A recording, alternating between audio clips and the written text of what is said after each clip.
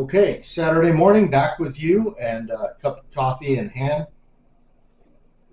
All right, here we go. Going to talk about a little bit of some of my revolvers that I guess pretty frequently make it to the range. Um, Most of like I said, I've talked about most of the other things I've gotten rid of because just I wasn't taking them to the range as much, and honestly, I got more interested in keeping these and just kind of holding on to these as the last bit of ones that to enjoy. All right, so here we go. Let's go ahead and read through some comments before we get into this. And really, this is going to be about kind of my story or take on my experience with some of them, and as far as my journey goes in finding them and owning them, and in doing all that kind of a bit. All right, and so hopefully it sheds some light and maybe help some other people out that are looking. So let's go ahead and read through comments here. And some people may click on this video and say, "What is all this?" Yeah, it's going to be a bunch of rambling and stuff that you probably have no interest in. So, all right, here we go. We got first up, Lead 8541. Ballastall does a great job. I guess I owe Bob thanks also. He told you about it, and you told me, and I've been using it ever since. Great video. Have a great weekend. That's Lead. Wow. Honestly, Led, that's really cool. I'm glad you shared that. I did not know that's the way it worked. But yes, um, good old Ballastall. Guys didn't know about this story. It was you could not get this back on the island where I was living. You could not get this. It was not sold in our local, sporting goods places. And when I would go onto the internet and go to like Amazon or whatever to get it, they wouldn't ship it out. And that a lot of times it wasn't that it was such a blanket thing living on the island. Like it was just so like, I give you an example. We were casting lead bullets one time. Speaking of lead, we were casting our own lead rounds, lead bullets, and we needed this dye that Lee sold called the sizing dye for the bullets to basically make sure they were true, 429, whatever diameter that we were casting. So Midway had these, MidwayUSA.com and all these places like Cabela's.com and Brownells. These are your best friends when you're on the island because you can't necessarily get a bunch of stuff. Anyway, I went to order this dye set. Midway USA would not ship it to me because of the wax, the bottle of this liquid Alox stuff that was in there that came with the dye. And I said, well, then take it out. I told him on the phone, take it out then. I just need the dyes. We can't do that because it shows on our system that we shipped you a product that we can't ship you. So yeah, I just said, wow, that's, it wasn't new to me. It was just more frustration. Ironically, I called Lee Precision themselves, and they thought that was nonsense. They said because it's just wax, and they said, "Here, we'll ship you the dye that you want, and then just to prove a point, we'll throw in 2 extra bottles of Alox for free, just to show you that there's nothing hazardous about it." And they did. So anyway, and that's just the way it is. All right. Jeffrey Richardson says, good morning, sip of coffee, stay cool. Great video. Thank you, Jeffrey. We appreciate that. Slim Fire. Slim Fire is always on our program. Always appreciate everybody that keeps coming around. So is Jeffrey Richardson. All you guys that constantly are here commenting every week on the program that we do here. Morning, JW. Hope you're doing well and staying cool. I'm sorry that I missed out on an awesome set of grips that you put together. I'm sure that the lucky people that got them are happy. Have a great weekend. Thanks, Slim. Slim, I'm sorry. I did the grips for such a short run, and it was in a lot of that. A big help of that had to do with my buddy that was helping me. I had somebody assisting me in the packaging, shipping, and listing department and accepting the payment. So really, my friend was the reason why that came to fruition and was out there. Without him, it wouldn't have happened because I am not set up. I have no idea how to to do all the shipping and all that kind of stuff. I don't know how to even remotely set up any kind of a payment ordeal or nothing like that. I don't know how to, it would just be a mess to try to do on my own and time consuming, and I wouldn't be able to. So I just, I don't know. I have no idea how to do all that. So it's just something that I can't really, set up. I have no idea. I've thought about different ways to do it, but if it got to the point where it would just be like, I couldn't do it constantly. So I thought about having a buddy of mine that has a shop do, shipping out of his shop. But then, if he received payment, excuse me, if he received payment from me, that's a long ways I got to drive out just to go get, a check or something. So it's just not feasible right now. I just don't have any kind of ways and means, and I honestly have not been messing with grips for so long. But I do appreciate your support and kind words towards it. I wish there was a way.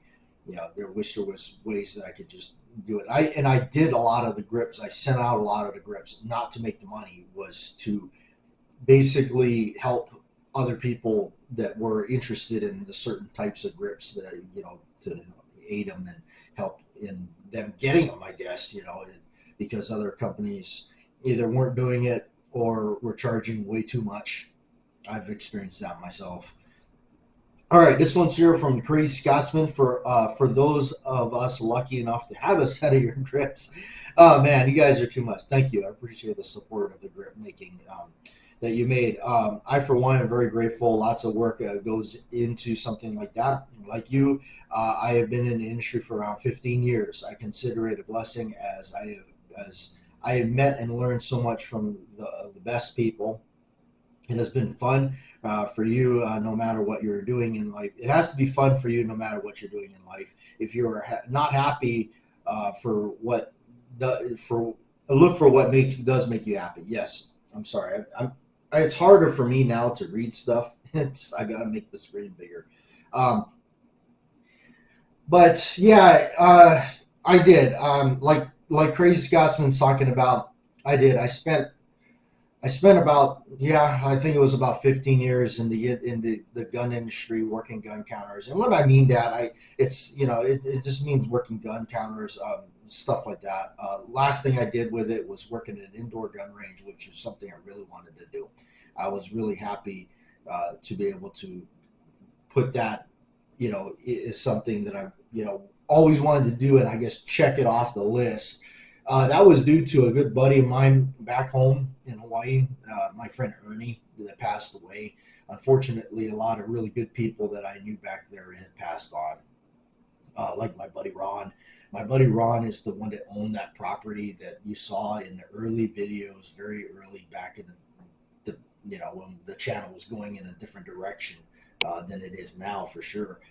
We used to go out there and we had access to just he had what it was like almost 400 acres or something, and we would shoot right there on his front of the property, that long stretch of beautiful greenery with that hill. That was right there in the front of his property, man. We set that up and we used to shoot rifles. We'd back all the way up. I think we got about 80-90 yards of distance. He'd shoot his rifles. Of course I would go down closer and shoot my handguns. But yeah, that was and it was just a different thing. I gotta say, the channel was different for when I was on the island, and because I was in a unique place. I knew it. I knew that it was a very special place. It still is to me. It's a place in my heart. It's my home. It's where I'm from. It'll never go away. I didn't, sometimes you don't realize some things until you leave. Um, so it was it made filming so much more interesting. It made it because it was not just doing something like showcasing something or shooting something or whatever. I was doing a lot of daily stuff on a different channel, and those of you that were following that remember that. That was a lot of fun to do. That really was a lot of fun to do. That was just because it was sharing. the island with people that may have never been there, maybe have thought about going there, or maybe have been there, and maybe it brought back memories. It was so out there and secluded in a sense. Floating around in the middle of the Pacific Ocean on this island, and it was just really cool. The YouTube thing gave me something that I didn't have in life at that moment, and that's why I still, over 10 years, I'm still doing this. Um, it became a part of my life that was I didn't have. It was really, and then of course, on the island too, there's a lot of this sense of island fever people get, and it's because you live on an island and you can drive around the whole thing in half a day, and what have you really? So and there's limitations, as we talked. I mean, limitations. There's certain things you can and can't get. Um, so there is that, and you start to try to figure out what can I do to occupy my time, or what can I do to make things fun. A lot of people that live there are ocean rats. They are just they're constantly on the ocean. They're constantly a good friend of mine, Buddha. I mean, he was always on the boat. He was always on the Zodiac, taking people out on tours, and he constantly was on the ocean, constantly. And I tell you, it's so funny is everybody on that island. I tell you what, no matter what, everybody on the island, you all look like Roy Scheider from Jaws, because it's just island life, man. It's you get it. You're in the sun. It's humid. It's what is it like? I mean, if you work outside, like I worked construction in my very early years. God, man, uh, forever ago. I work construction, and I tell you, you'd want to take like an extra couple of shirts with you, or at least a bandana for sure, because you'd have to tie a bandana around your head, or because man, I tell you, by the end of the day, it's like you jumped in the ocean, and it just all that stuff. Working. That's kind of what I was doing before I really was. I was in and out of the gun business a little bit at that time. I was just starting to get started going with it, and I was still working on construction. I was still working construction jobs because it paid me more. Of course, you risk, and that's why you got messed up backs, and messed up, all this stuff, and just doing it too long. I got a friend of mine that spent all his life working as a carpenter, and man, he's jacked up. So anyway, yeah, that's it was a different thing back then, and then it was really cool to share a lot of it with people. So, all right, back on topic here. This one is from Kalashny. Oh, Kalashnikov. Okay, or Kalashnikov, or I'm guessing that's what your handle is here. Can you please let us know how to obtain your Repro Colt wood? And you're talking about the grips. Finally watched the vid. I finally watched the video. We, the collector community, need you to do another run, as many as possible. Again, I don't know of any way to accept payment and stuff like that and set that up. I just don't know any way to do it. You're talking to a vinyl record here in the time of modern digital things, and I'm not talking about the physical age part of it. I'm talking about up here internally. I'm a very old soul. I never caught up with the modern days. I just never did. I literally out there floating around like a vinyl record in the world where everybody's like, oh, just stream it. So I have no way to do it. I don't have any way. I appreciate the support and love for it, but I can't for the life of me figure out how to do the payments, how to get somebody to be able to help me out and ship it out and whatever. If I had somebody that was able to accept payments and shipping them out, that would be a different story. But I don't have that. I don't have a way to do it. I got a friend of mine in Tennessee that we've talked about this many times, and we would have, for one, he's got his hands full right now on a big life project. And, if that was behind him, maybe things would, but him and I, we spoke on it. And he said, he's all in for it. But the problem is, yeah, well, we're many miles apart. We used to live on the island together, ironically. So, anyway, speaking of all that, I brought out some of the um, revolvers to kind of tell stories with a little bit. The Pythons. These are my two Pythons that I currently own. I got my 6-inch blued. You guys know about that. That's been out on the channel many times with my deer hollow grips on it, and I definitely take this out and use it. Somebody had actually I did put and it was I think it was Cap that kind of responded back for me. So thank you, Cap. Somebody had said, "Oh, that must be a safe queen. There's not a scratch on it." Well, I guess you didn't really. I mean, yeah, there's some mark here. There's some holster wear a little bit there. Actually, probably more from going in and out of the zipper bag. It is not a safe queen by far. I take it out and I shoot it. I shot so many 357 Magnums out of this thing, man. All the sharp edges have got wear on it. It's getting its character, that's for sure. I'm actually surprised the turn ring isn't. There is definitely turn ring. Okay, I take that back. I just haven't seen it yet, but there's definitely a pretty good turn ring on the cylinder. It's been getting used, man. I tell you, I definitely do not shy away from shooting it. On the rare occasion these days, but now when I go to the range, man, I take it and I shoot it. I shoot it, and enjoy it. This is the little 2.5. When these came out, I was sitting there watching a video with my buddy. He came over and we were watching this video, and I found out that they did this. They broke out these 2.5s and in stainless, obviously polished stainless. And I said, "Wow, look at that! That is." I remember I said, "Look!" I said, "I gotta have that. I gotta have that." And so we called up the local shop, and the guy said, "Yeah, I've got one of those." We're like, "What?"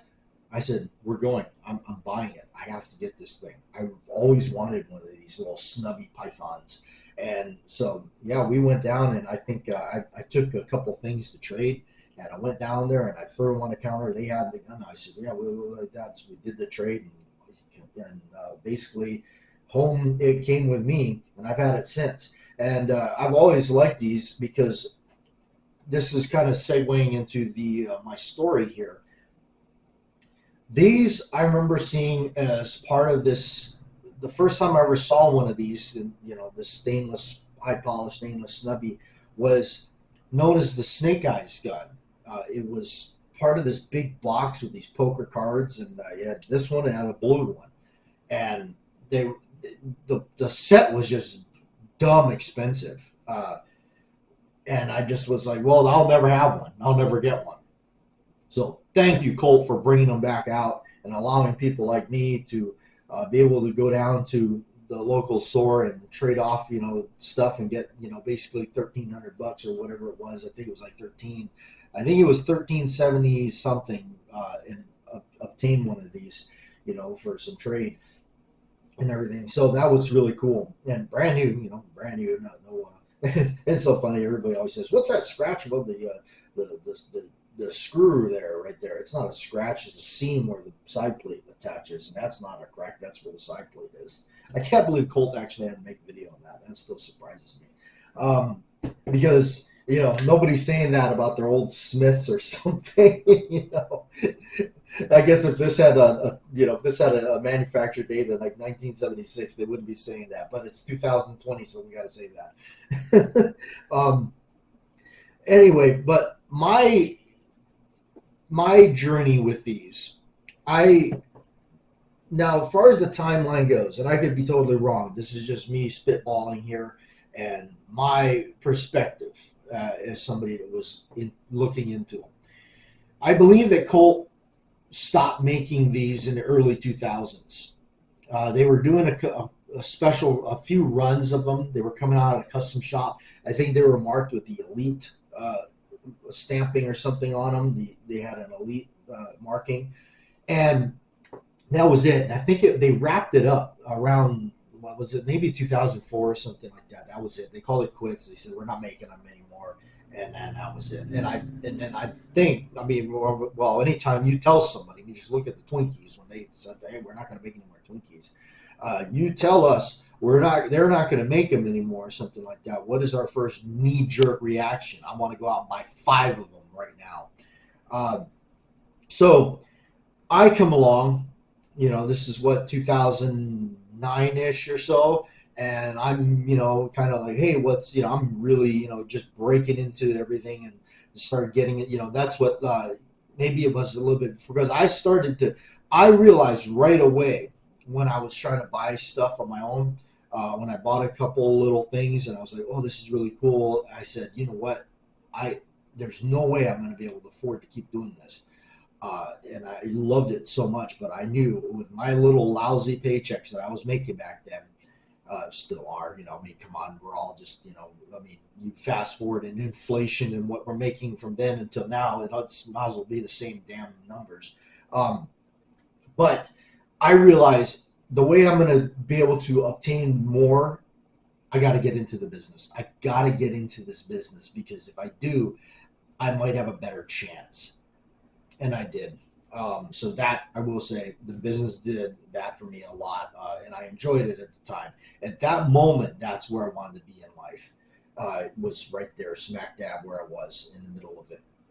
So I remember when I was first hearing about them, and I said, whoa, what's a Colt Python? I want to see how much are they? So I remember some guy, this one of the places you could go, one of the only places if you want vintage stuff like that. And as again, back to the island days, very limited stuff. I remember saying, being quoted 1,100. Oh man, that was a lot. That was, when I heard that, I just went, whew, I mean, you got to remember, I just spent 480 on a little Smith and Wesson revolver that I absolutely loved, and it took me a huge step to get that. So I went, oh, okay, she's 1,100 for one of those. My gosh, I was super green at it. Didn't know like what, couldn't tell you all the bits of it. Anyway, those numbers soon shot up to within just within that time frame, within that, from when I first saw them to maybe like a year or two. I think they were shooting up to 14-ish. They were getting, at least the prices on the island, what this fellow was trying to get people for, which he was not known for being the most honest seller. I will say that he wasn't known for being the most honest. So I mean, basically, I don't know, I mean, it more or less is like, I don't want to call him a dishonest person. It was more or less like, if he could get the money out of you, he's going to do it. He's not going to cut you breaks. He's going to cut you for everything he can. So anyway, right before I did the channel, right before I was starting to post up videos on the channel, I had time I did the channel was pretty much right. I was off to a good start. I was in the business. I was making, better money, a little bit better money, not all by a lot, but I was in the business and I was able to obtain stuff. So by the time I started the channel, I had 3 of these things. I had 2 6-inches and a 4, and I would shoot them. And through my experience was I actually shot both the 6 and the 4-inch out of time. I shot them out. Basically what that means is when you cock the hammer, the cylinder was not locked in place. It wouldn't. It was, you could actually, when the hammer was in full cock, you could do that, and it would actually rotate over. So the bad part about that is that starts to cause bullets to start splitting off on the forcing cone. Now you got stuff going on left to right, or who knows, and I'm sure that's really not good on the frame and everything, and of course the forcing cone itself. So and I shot both of them. So I remember taking them and getting them fixed. And somebody said, "Oh, the person that fixed me said it's going to do it again." So I was like, "Oh." So I shot him less, and just always hung on to them. I thought, well, they're cool collector's items. Of course, the ones that I had one. The 1 6-inch that I had was in the best condition. It was really in the better condition of the other two. The other two were pretty ratty looking. They were nice, but they were what I could afford. And a lot of times that's what it is for me. It's what if I own it, it's because something I can afford, which means it's got it's not exactly pristine because I can't afford pristine stuff. Um, so they were two couple of not too great in condition wise stuff like that, and so I kind of just put them away. But even my really good one, it had a spot of rust right here that actually led to pitting, and that always kind of got me because it was not something I saw when I bought it because it was hidden on the nose of the hammer that was hidden in the frame. So and of course it was really like when I was going to buy one of these. Don't pull the hammer back. Don't put a turn ring on it. Well, gee, I wonder why now. Is because there was a big rust spot right there, pitting, through the hammer. I got another thing to share with you. Pythons, or at least I can't speak for the other Colts, but I'm probably sure they're the same because the action's the same. But with the Colts, guess what? You can actually cock the hammer back with the cylinder out. You can do that on the Colts, on the Pythons, at least on the Python. So that's a little tip that in case you don't. I always put the hammer back down before you close it up. Now Smiths, you can't do that because of the way the locking thing works. So, but I'm sure there's other ways to achieve it. I've heard of people putting a piece of paper or a piece of tape on the bottom here over the hand that comes up so it doesn't ride on this and all this stuff you could do. So anyway, that was my stories with the Pythons. They were always something that I just knew you couldn't they were so revered and everything. So, but I'm glad that now that these are out because now I enjoy shooting them and they've actually became my favorite revolver to shoot, and which led me to just saying, okay, well, you know what? I enjoy these so much that I, took the other ones and kind of sent them on down the road and said, okay, I'm good. I got these. These are my faves now. These are my faves. So and the last one we'll talk about is the Model 29. This is the 29-10, my new one. Yes, it has, it's not the vintage pin and recessed. It's got the frame-mounted firing pin, all that jazz. The key lock, the key lock never bothered me. I don't know. I guess some people get real twisted about it. I don't. It doesn't bother me at all. Same with the QR code. Honestly, I hardly ever notice it. It's the last thing I even think about.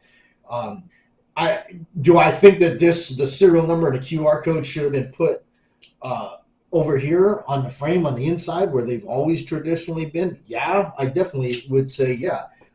Colt, what the hell were you thinking? I'll throw that out there all day. But does it bother me? Is it a deal breaker? No. I don't, it is what it is. I'm just glad that these things are out. It's like, if they were so dramatically different, then there'd be a different story, but they're not. They're pretty much the same thing. So, I bought this for my Christmas present for myself last year. Those of you that know, I think what was it? I got an okay price on it, pretty decent price. I think if you shop around to these shops around in town and a decent shop, I think you can find them for, about the grand or under. Which beats the hell out of a price that was told to me for one of these back then. Same fellow, the Pythons and stuff, 1,400. Go figure. And we're talking to a good 14 years ago. So anyway, that's been kind of my little experience with some of the stuff from the island. Hopefully you enjoyed the stories there and everything, and I appreciate everybody watching, checking out the channel, and doing the whole bit, and always commenting here on the radio show. We do appreciate that. So, also, I did want to add this I know the collectors, just to try to help out, because Crazy Scotsman actually kind of reminded me, try to share resources and share places that people can go if you're still here at the end of this video.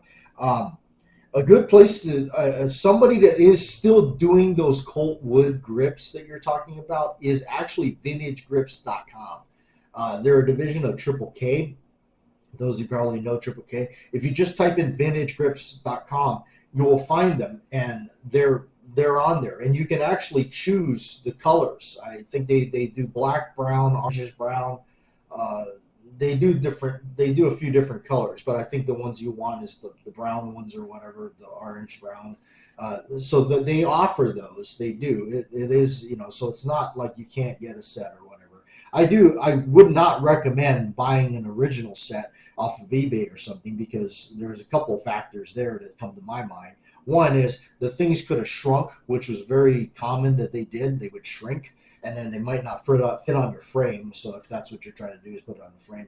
I had the same problem with the materials that I was using. I'm probably using the same, pretty close to the same materials that Colt was having done, and experienced the same thing. Yeah, it's why they don't do it. It experiences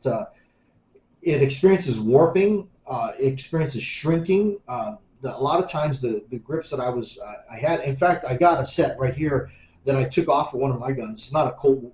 It's not a Colt one, but they're just plain checkered ones with the orange crap going through it. But I'm holding them flat. Okay, and this is a set that I made. You can see it's buckled. It's dramatically buckled. I don't know how well you can see that. You can see daylight through that because it's buckled badly, because that's what this material does. It was not a good choice for the grips. That's why they don't make them anymore. I get it. Trust me, I get it. The nostalgia and the cool factor. Believe me, I get it. But yeah, it's another reason why I'm reluctant to sell. Because I don't want somebody getting stuff and they're unhappy, and because unfortunately we do live in such a Walmart-itis days. Where people are just like, if every little, like, I'll give you a great example. People like Deer Hollow Grips. What he makes is phenomenal, and he has precision equipment to do it. To me, I cannot, like, his stuff is so perfect, and so down to the science, replicating every generation of Colt Python grips. And yet he still has people that complain about the quality of his work, and I'm like, how in the hell? What are you complaining about? And so I look at something like that, and I'm like, well, I'm gonna tell you this right now. My grips are nowhere even in the same book of quality as his grips, because I don't have any kind of, I don't have the craftsmanship, the education, the equipment that he has to do what he does. I am an island boy that figured out how to do this from basically talking to different people on the island, that were doing stuff, making surfboards and whatnot, and realized that there's ways to do it. But I don't have, everything for me is all hand done. It's hand fit and finish and all that. So there's going to be imperfections. It's just the way it goes. So, but yeah, the last thing I would want to do ever would be have somebody pay me for something and then they're not happy with it. And that means, to me, I'd want the person happy. And it would just, and then that leads into the whole thing. Now, how do we do the return and all that kind of stuff? And whenever I think about all that, I say, you know what, that even more so deters me. And I'm like, I don't want to deal without that. My buddy that was helping me throughout all that thing, we had a couple little issues like that. He took care of it right away. But, that's because he had all the, he was the mastermind behind it all. He knew how to do it all. I don't. So I just think about that. That would be some kind of thing like that. Would be kind of like, just, I would know how to deal with it and how to fix it and make it right, because I would want to. I'm the kind of person that has a conscience. I cannot rip people off. I just don't. That's not my nature. I can't do it. How people can buy something, like, okay, I have my business. I took a widow for everything, and purchased something like this from her for $300, and now I'm going to juice somebody for $1,800 or something. I couldn't sleep at night. That just would be like, oh my god, I don't know. That's just not me. So anyway, so in a lot of senses, I mean, in thinking about things like that, I would just altogether remove myself from the situation and not get into it, not open up that Pandora's box, if you will. Sometimes it's just mainly because I don't have any easy way to take care of it. I don't have a. I mean, if I was tech savvy and if I knew how to do all that stuff, yeah, I could, it'd be no problem. Yeah, because it would be like, oh, okay, send it back. Ding, ding, ding, here's your refund bill. But it's not, for me, like I said, I mean, I'm out there. It's like, I'm like a vinyl record. So anyway, thank you guys, appreciate it, and we'll see you next. All right, gang. We're going to add a special segment to today's special radio show and everything. This actually little special segment that we did because earlier during the week we had done and completed the production show, and everything is in the can. But we had ended up getting a box in the mail, so we have to do an unboxing, and that's what we're going to do today. This one here is from Deer Hollow Enterprises. No big surprise. We've been buying up a lot of his grips and everything because, as I said before, a lot of times when you got stuff out there that's really good, highly recommend you jump on it and try to get them while you can.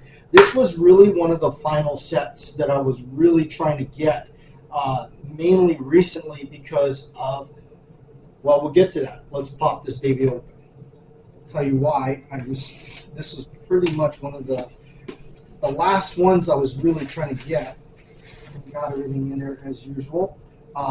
He does package these really well, and he's always taking good care of shipping them out. Okay, they do look nice. I can already tell.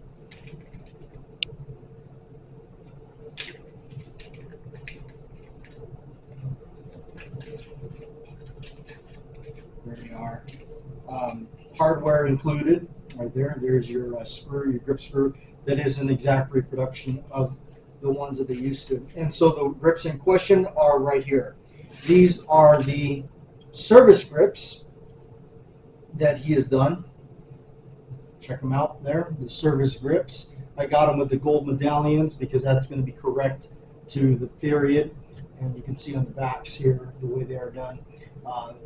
The quality and everything done to these are just absolutely phenomenal.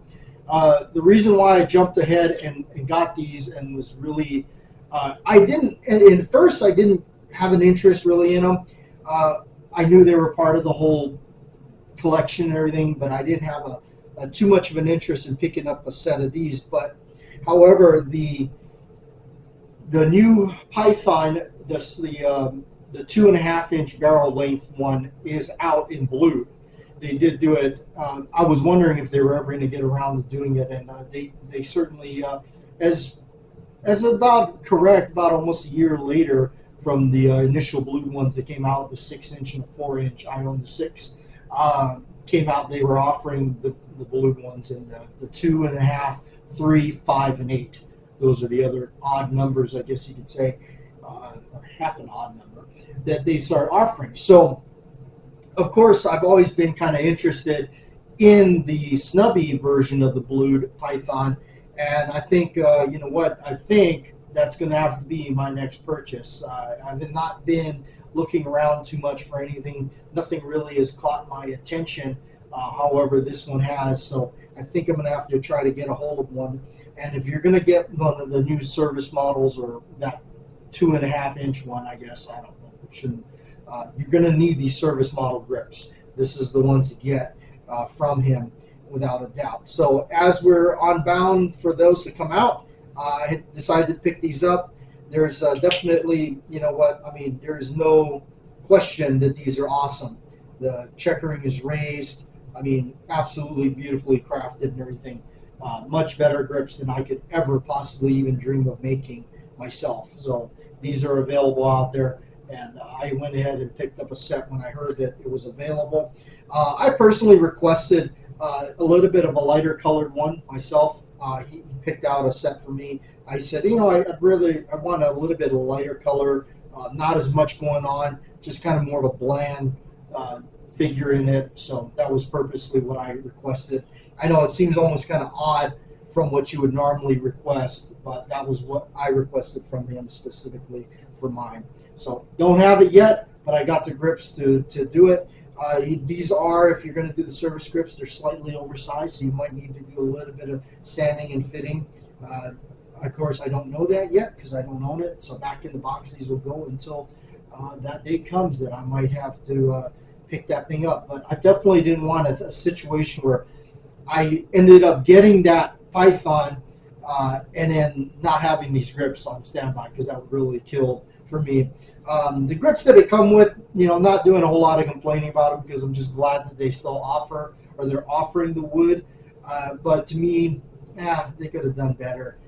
The alt mount really isn't that great of a set of grips. Nothing like how Deer Hollow Enterprise is doing. So hopefully you enjoyed this final little addition to the segment of today's show where we unbox these. Figured you wanted to see that. My first initial reaction. Of course, I pretty much already knew these were going to be phenomenal, and they are.